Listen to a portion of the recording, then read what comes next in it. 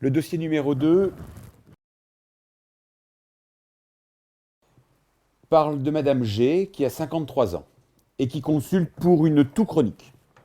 Ah, une toux chronique alors que c'est une conf d'hépatogastroentérologie, c'est clair, c'est un reflux gastro-œsophagien. Oui, sauf que le jour de l'ECN, vous ne saurez pas que c'est une conf d'hépatogastroentérologie. Donc une toux chronique, qui évolue depuis 2 ans. Cette toux survient principalement de façon nocturne.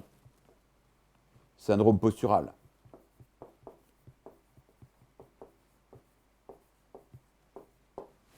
Et apparaît quinteuse et sèche.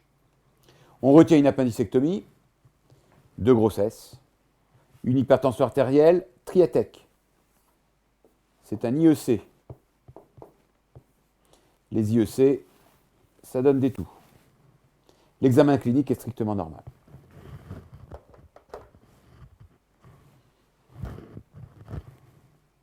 Expliquez votre démarche diagnostique étiologique devant cette toux chronique en précisant l'ordre des examens complémentaires ou spécialisés demandés en priorité. Après avis des pneumologues, je vous propose de répondre de la façon suivante. On commence par un interrogatoire et un examen clinique. Et lorsque l'on s'aperçoit que le patient prend un IEC, on essaye de l'arrêter au profit d'une autre thérapeutique antihypertensive et on regarde si la toux persiste. Si au bout d'environ 3-4 semaines la toux persiste, on fait deuxièmement une radio de poumon. Premier cas de figure, la radio de poumon est anormale. Vous allez donc envoyer le patient vers un pneumologue pour faire un bilan pneumologique et vous vous doutez bien que ce dossier aurait pu continuer vers une radio de poumon anormale montrant un nodule ou montrant une lésion pleurale ou je ne sais quoi, et les investigations pneumologiques auraient suivi. Je ne veux pas rentrer trop dans les détails pour ne pas me ridiculiser. Si la radio de poumon est normale, la question qu'il faut savoir, c'est est-ce que le patient fume et essayer d'arrêter le tabac. Cependant, si, malgré l'arrêt de tabac, la persistance de la toux ou la toux devient non habituelle, ce qui était le cas chez cette patiente puisqu'elle ne fume pas, eh bien, les avis divergent un tout petit peu. Certains proposent un test thérapeutique dans l'optique d'une toux post-infectieuse suspectée, et l'on peut donner une dizaine de jours de vibramycine ou de macrolide. Et très rapidement, on va évoquer les 3 principales causes de cette toux chronique, qui est, premièrement, un écoulement pharyngé postérieur, ce qui implique la VORL. Deuxièmement, un asthme qui va nécessiter les EFR. Et troisièmement, le reflux gastro-œsophagien. Si il n'y a pas de cause trouvée, s'il y a un échec des traitements symptomatiques, notamment longs pour le reflux gastro-œsophagien, eh bien, il faut rechercher d'autres causes plus rares de toux, et notamment passer vers un bilan pneumologique plus poussé pour chercher d'autres maladies qui pourraient donner des toux chroniques. Alors, vous avez ici des points pour les différents examens proposés, et je me suis permis de vous rajouter un petit bonus de 1 point si vous étiez capable de faire apparaître dans votre copie qu'il y avait un ordre attendu à l'élaboration de la réponse. Quels éléments de l'interrogatoire seraient en faveur de l'hypothèse d'un reflux gastro-œsophagien? Alors ça, c'est assez simple. Il faut savoir que dans 20 à 50% des cas, lorsque vous avez un reflux gastro-œsophagien atypique, il existe des signes typiques associés. Vous vous rappelez certainement l'arbre décisionnel qui dit que devant un reflux gastro-œsophagien, la première chose qu'on regarde, c'est est-ce qu'il est typique. Qu'est-ce que ça veut dire typique? Un reflux gastro-œsophagien, c'est un reflux qui associe ou qui repose sur un trépied diagnostique comportant 1, le pyrosis, 2, des régurgitations, 3, un syndrome postural. Quand vous avez ça, vous dites c'est un reflux gastro-œsophagien typique. D'accord? Devant un syndrome œsophagien typique, la question que vous vous posez, c'est est-ce qu'il est non compliqué? Non compliqué, ça veut dire qu'il n'y a pas de dysphagie, qu'il n'y a pas de signe anémique, qu'il n'y a pas d'hémorragie. Et quand il est non compliqué, ce que l'on regarde, c'est l'âge du patient, supérieur à 50 ans ou inférieur à 50 ans. Pourquoi ? Parce que quand vous avez un reflux gastro-œsophagien typique non compliqué avant 50 ans, vous allez proposer un traitement test directement. Et si c'est supérieur à 50 ans, vous allez demander une FOGD. Bien évidemment, s'il s'agit d'un reflux gastro-œsophagien typique mais compliqué, à ce moment-là, vous allez demander la FOGD directe. Enfin, deuxième cas de figure, il s'agit d'un reflux gastro-œsophagien atypique. Eh bien, quand vous êtes face à un reflux gastro-œsophagien atypique, et quelles sont les atypies du reflux gastro-œsophagien ? C'est principalement les causes ORL, avec les dysphonies, les lésions ORL récidivantes. C'est deuxièmement les atypies pulmonaires avec les pseudoasthmes ou les toux chroniques. Et c'est troisièmement les atypies cardiaques avec les douleurs thoraciques. Eh bien, quand vous avez un reflux gastro-œsophagien atypique, la première chose, c'est de faire ce qu'on appelle un bilan d'organes, c'est-à-dire un bilan cardiaque, un bilan pulmonaire premier, et si c'est négatif, à ce moment-là, on fera la FOGD. Donc, cet arbre décisionnel il est important de s'en souvenir, parce que si on vous demande le diagnostic, il faut bien dire c'est un reflux gastro-œsophagien atypique de forme pulmonaire à bilan organe négatif chez un patient de plus ou de moins de 50 ans, et de même, il faut bien naviguer dans cet arbre décisionnel, qui est l'arbre décisionnel de la conférence de consensus. Donc, quand vous avez un reflux quand vous avez un patient qui vient pour une symptomatologie qui pourrait révéler un reflux gastro-œsophagien atypique, la première question que vous devez vous poser, c'est y a-t-il des signes typiques qui sont associés dans 20 à 30% des cas ? Bien évidemment, à côté de ces signes typiques, on recherche toujours les facteurs favorisants du RGO, à savoir le stress, tabagisme alcoolique, surcharge pondérale et médicaments diminuant la pression du sphincter inférieur de l'œsophage, dérivés nitrés, alpha-2 bloquants, bêta-2+, les inhibiteurs calciques ou les œstroprogestatifs pour les principaux. Donc, à cette question, la réponse était l'existence de signes typiques de reflux gastro-œsophagien qui, associés à cette toux, étaient évocatrices d'un reflux gastro-œsophagien pour expliquer l'ensemble. Au terme de votre premier bilan, donc le bilan pneumologique, le bilan ORL est négatif, il y a des signes éventuellement typiques, on évoque l'hypothèse d'un reflux gastro-œsophagien. Demandez-vous des examens spécifiques alors, si oui, lesquels et dans quel ordre ? Ouais, j'ai déjà presque répondu à la question.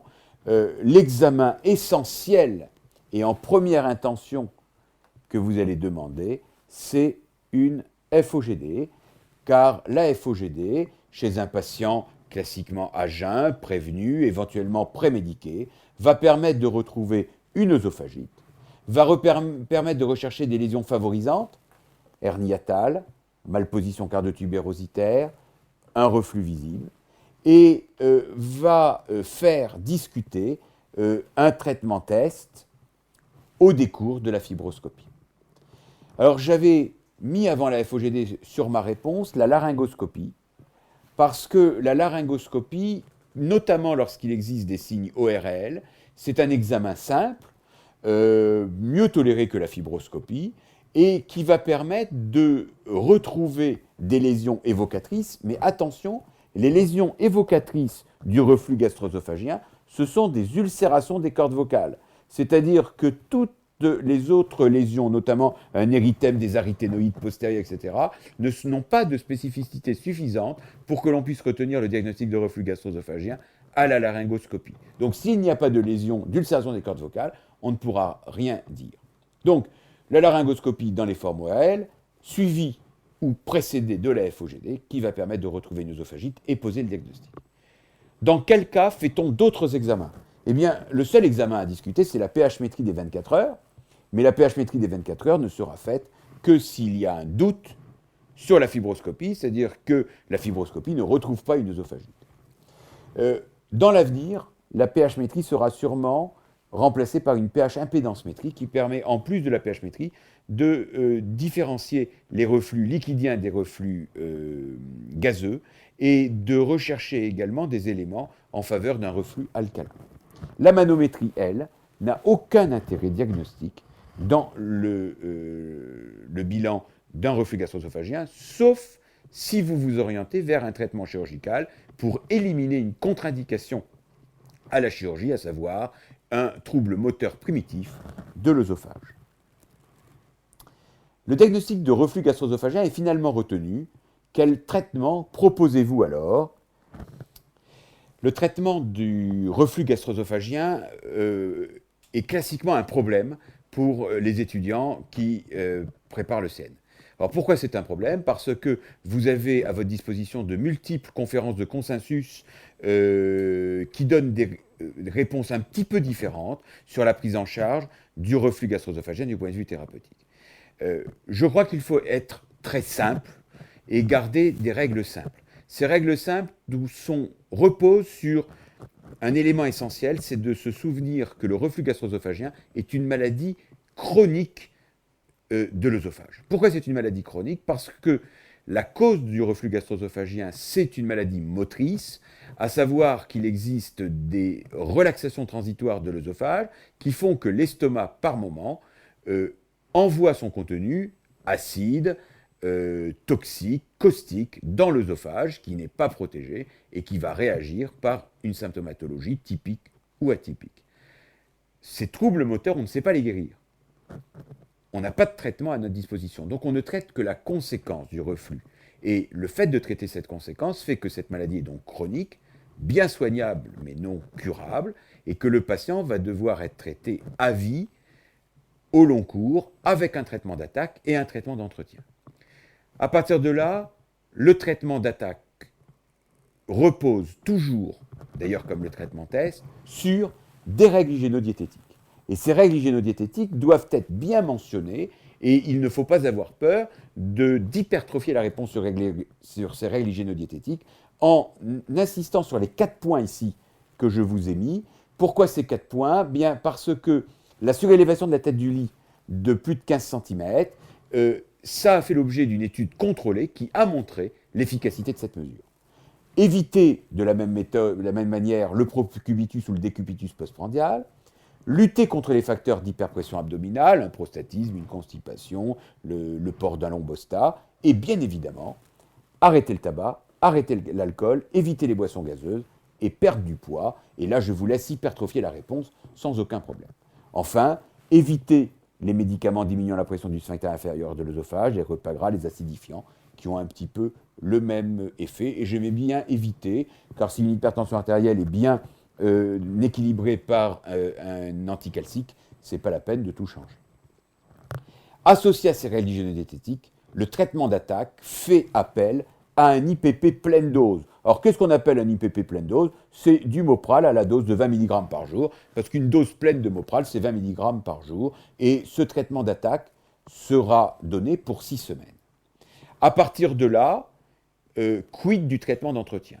Eh bien, le traitement d'entretien va aller de l'abstention, en passant par le simple respect des règles hygiéno-diététiques, en passant par la prise d'un alginate type Gaviscon, et éventuellement jusqu'à la prise d'un IPP de façon quotidienne, soit à la demande, soit de façon véritablement continue.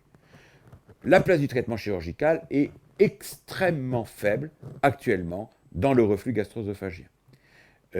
Alors, comment avoir un arbre décisionnel plus clair? Eh bien, je dirais que quand vous avez un reflux gastro-œsophagien typique, non compliqué chez quelqu'un de moins de 50 ans, vous allez proposer un traitement test qui est celui-là, avec, en traitement d'attaque, avec, en traitement d'entretien, la poursuite des règles hygiéno-diététiques et éventuellement un peu d'alginate. Quand vous avez un reflux gastro-œsophagien d'un autre type, que vous faites une fibroscopie, si la FOGD montre une œsophagite de bas grade, c'est-à-dire non ulcérée, eh bien il faut proposer la même conduite à tenir que pour le traitement test. Quand il existe une œsophagite ulcérée, il faut proposer un traitement par IPP en entretien demi-dose ou pleine dose, au mieux à la demande. Et quand il s'agit d'une œsophagite compliquée, au stade de la sténose ou de l'endobrachiosophage, il faut proposer un traitement d'entretien au long cours par un IPP pleine dose. Et je pense que ces indications sont largement suffisantes pour bien répondre aux questions à l'ECN.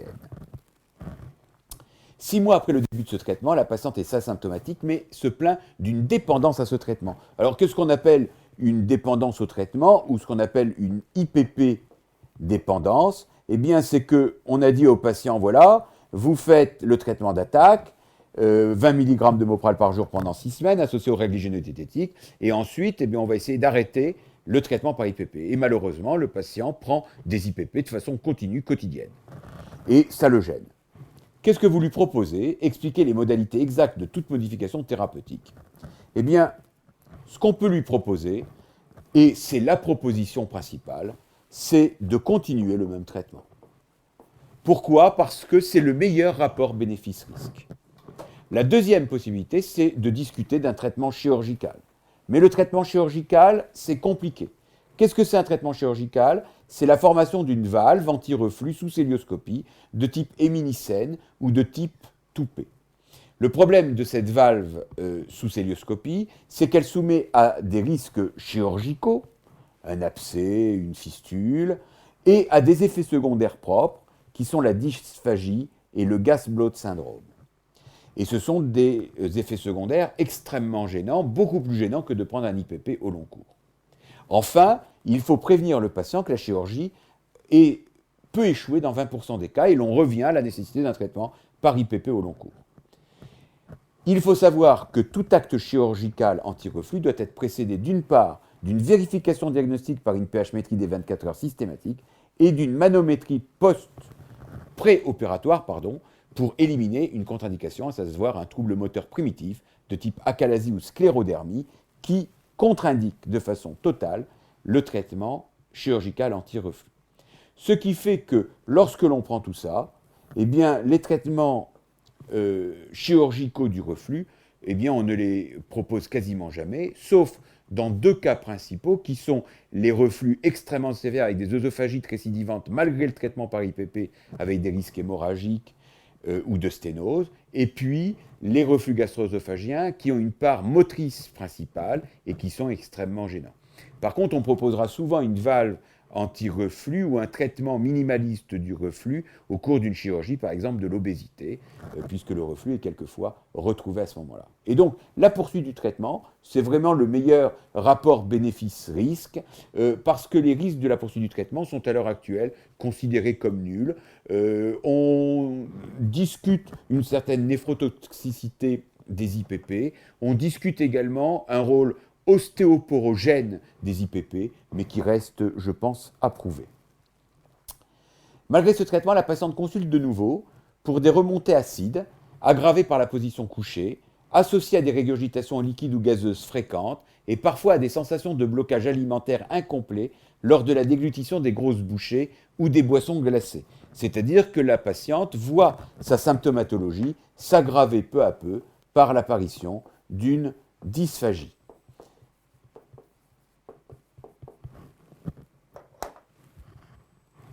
La question est donc, quelles hypothèses diagnostiques évoquez-vous?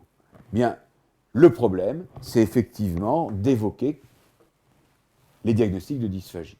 Et dans les diagnostics de dysphagie, je vous rappelle que toute dysphagie est un cancer jusqu'à preuve du contraire, et bien évidemment, le carcinome épidermoïde par ordre de fréquence, mais également l'adénocarcinome du cardia, parce que l'adénocarcinome du cardia est une complication un peu indirecte du reflux gastro-œsophagien par le biais de la métaplasie de l'endobrachie œsophage, et cet adénocarcinome du cardia peut venir chez des patients ayant une maladie de reflux gastro-œsophagien mal étiquetée, mal suivie au long cours. Les autres tumeurs de l'œsophage, principalement malignes, on passe. Les diaphragmes Lanoch-Chatsky, on passe. Bien évidemment, attention, quelqu'un qui a un reflux gastro-œsophagien, le principal diagnostic différentiel, si on doit penser au cancer, le principal diagnostic, c'est une œsophagite, et principalement une œsophagite peptique. Pourquoi? Parce que quand vous avez un reflux gastro-œsophagien, vous pouvez faire une œsophagite peptique parce que vous avez arrêté le traitement, parce que ce traitement n'était pas suffisamment bien mené. Et quel que soit le stade de l'œsophagite, vous pouvez avoir une dysphagie, même pour une œsophagite simplement érythémateuse. Les œsophagites des autres causes, j'insiste sur les œsophagites infectieuses, notamment à Candida. Et ça, c'est quelque chose qui peut survenir chez quelqu'un qui a un reflux parfaitement bien équilibré et qui va prendre un antibiotique et développer une candidose œsophagienne, parce que bien sûr ça touche le VIH, mais ça peut toucher également des patients immunocompétents au cours d'un traitement par cortisone, par antibiotique. L'herpès, le CMV, les condylomes, bien évidemment, les causes médicamenteuses à rechercher, les causes caustiques, les corps étrangers, ça touche des terrains particuliers et le diagnostic sera facilement posé. Mais attention, à côté de ces causes intrinsèques, ne pas oublier les causes extrinsèques et notamment se méfier d'une tumeur du voisinage, notamment un cancer trachéobronchique ou pulmonaire, nettement plus fréquent qu'un goître plongeant ou une adénopathie compressive. Les autres causes de compression, je vous les ai mises là simplement pour que vous puissiez les revoir, ostéophytose, artérielle usuria, diverticule œsophagien, etc. Et enfin, le dernier diagnostic différentiel, c'est une maladie motrice de l'œsophage, soit un mégaœsophage, soit une sclérodermie dans le cadre d'un CREST syndrome, et effectivement, chez une femme présentant un reflux gastro-œsophagien un peu atypique, etc., une cause pariétale doit être bien sûr recherchée, et pourquoi pas une sclérodermie dans un cadre comme celui-ci. Donc, l'apparition de la dysphagie, je dirais que dans l'ordre de fréquence, c'est principalement une œsophagite peptique. Pensez toujours à une œsophagite infectieuse, éliminez un processus non pas toxique mais médicamenteux, et ensuite, pensez aux trois autres causes qui vont être l'adénocarcinome, qui vont être œsophagien du cardia, éventuellement une tumeur compressive du péri-œsophagienne, et enfin une maladie pariétale, mégaœsophage ou un CREST syndrome dans une sclérodermie. Comment complétez-vous alors le bilan diagnostique de cette patiente? Eh bien, vous avez tout de suite compris que l'examen que vous allez faire de principe, c'est une FOGD, avec des colorations vitales de type Lugol, avec des biopsies au moindre doute, et quand vous faites des biopsies, vous n'oubliez pas le bilan de l'hémostase préalable, qui va permettre d'éliminer un obstacle organique, une œsophagite peptique, une surinfection mycosique, c'est-à-dire éliminer les principaux diagnostics que nous avions évoqués en première intention. Si la FOGD est négative, eh bien, je pense qu'il faut compléter le bilan par un scanner thoracique afin d'éliminer une cause compressive extrinsèque et notamment pleuropulmonaire, surtout qu'il y avait une toux sous-jacente. Et enfin, il faudra faire une manométrie œsophagienne si tout est négatif. Alors, pour le scanner thoracique, j'entends d'ici quelques esprits chagrins qui vont me dire « Mais attention, dans le bilan de la toux que nous avons fait à la première question, on a fait une radio de poumon. » Oui, je suis d'accord, sauf qu'une tumeur parenchymateuse pulmonaire ou pleurale à extension médiastinale peut passer tout à fait inaperçue à la radio de poumon qui, à mon sens, et la question pourra être posée éventuellement au pneumologue, n'est pas suffisant pour rechercher un cancer pulmonaire. Donc le scanner thoracique, au moindre doute, devra être demandé en cas de FOGD normal. Votre bilan retrouve un trouble moteur œsophagien, secondaire à un reflux gastro-œsophagien, compliqué d'un adénocarcinome centimétrique, développé sur une languette d'endobrachie-œsophage. Eh bien, cette pauvre femme a touché le gros lot, définissez les termes d'endobrachie-œsophage et d'adénocarcinome. L'endobrachie-œsophage, on utilisera aujourd'hui plutôt la dénomination d'œsophage de Barrett, parce que c'est la dénomination internationale, et que ce n'est pas un endobrachie-œsophage, il n'est pas court, hein, cet œsophage. Eh bien, ça correspond à une métaplasie œsophagienne, et la métaplasie elle-même, c'est une anomalie acquise, cicatricielle, de l'épithélium de revêtement, qui correspond à un échange standard d'un épithélium œsophagien, c'est-à-dire malpigien non kératinisé, par un épithélium soit gastrique, soit intestinal, normal, mais de siège ectopique. L'adénocarcinome, c'est une tumeur néoplasique primitive, aux dépens d'un épithélium glandulaire, et c'est toute la particularité de ce cancer, c'est que s'il n'y avait pas l'œsophage de Barrett, il n'y aurait pas eu un adénocarcinome, mais dans l'œsophage, on a plutôt des carcinomes épidermoïdes. Comment complétez-vous alors votre bilan? Eh bien, le bilan va comporter d'abord un bilan diagnostique, car c'est le premier temps systématique du bilan des cancers.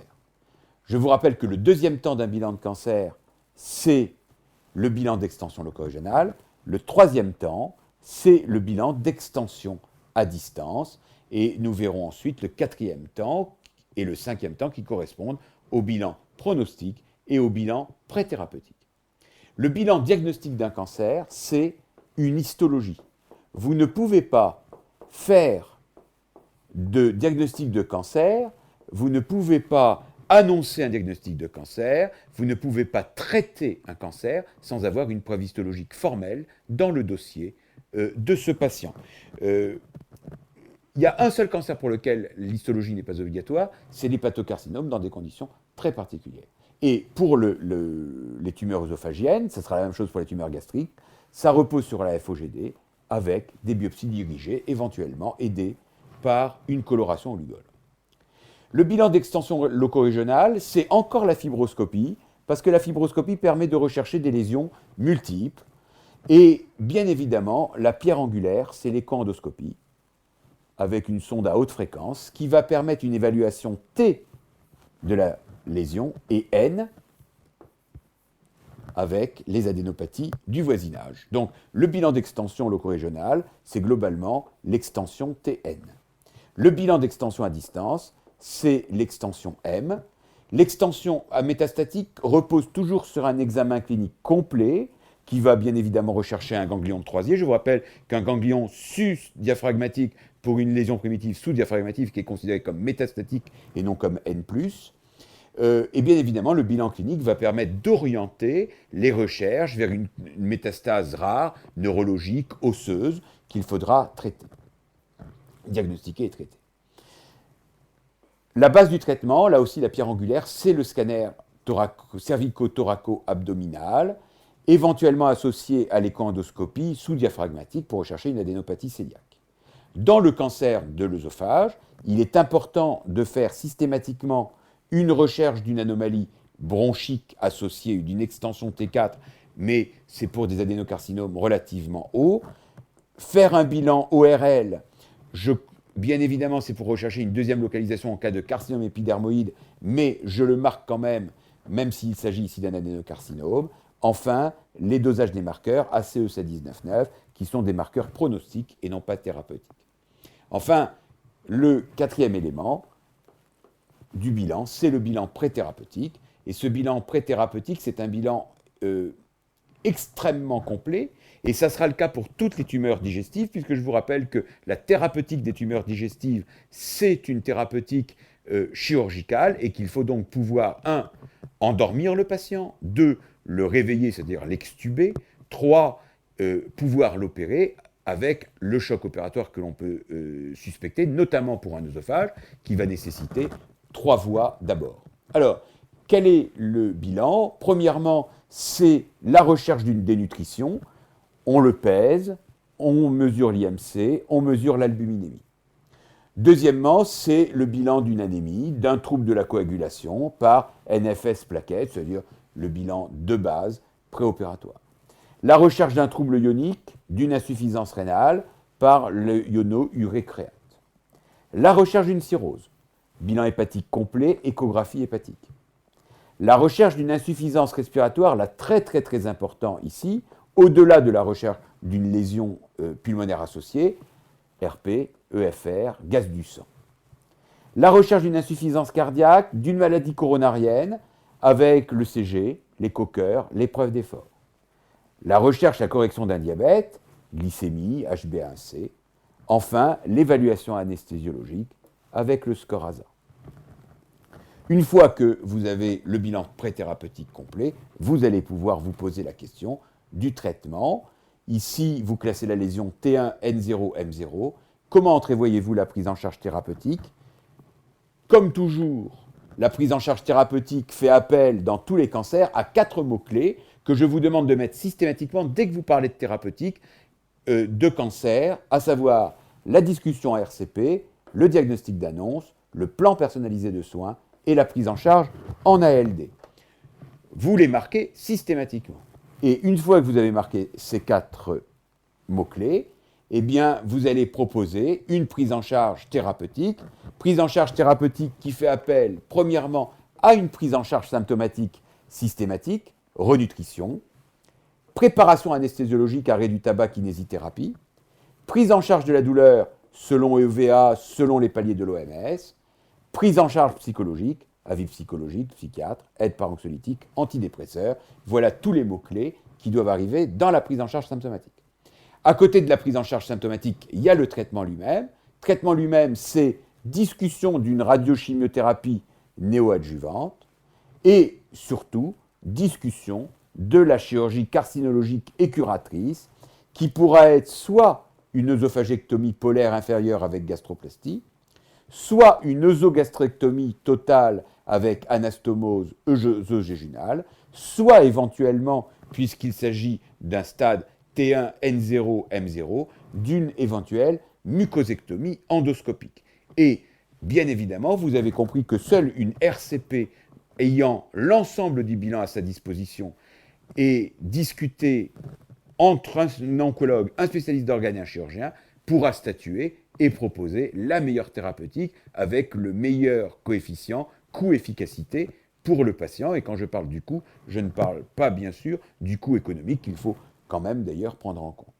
Donc voilà cette prise en charge thérapeutique et voici les items abordés. J'aurais pu en mettre beaucoup plus. Je pense que ce dossier est parfaitement tombable à l'ECN sous cette forme parce qu'il est parfaitement transversal.